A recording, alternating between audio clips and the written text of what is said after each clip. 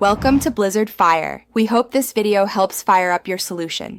You start by locating the equations form and extracting the center and radii.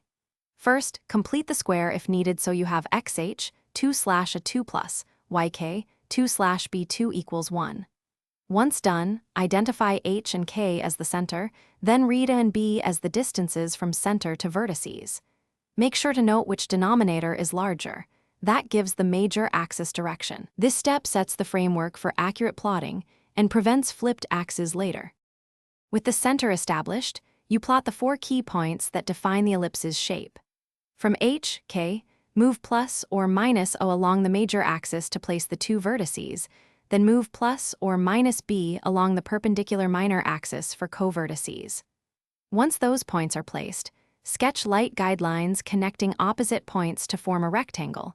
This rectangle helps you visualize curvature. Make sure to label distances on axes so your sketch scales correctly, and now draw the ellipse freehand or with an ellipse tool, flowing smoothly through the vertices and co-vertices while staying symmetric about both axes.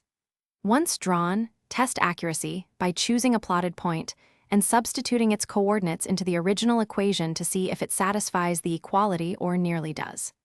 If it doesn't, recheck your completed square work and the values of a, b, h, k. Arithmetic errors, there are the most common problems to fix before finalizing the graph.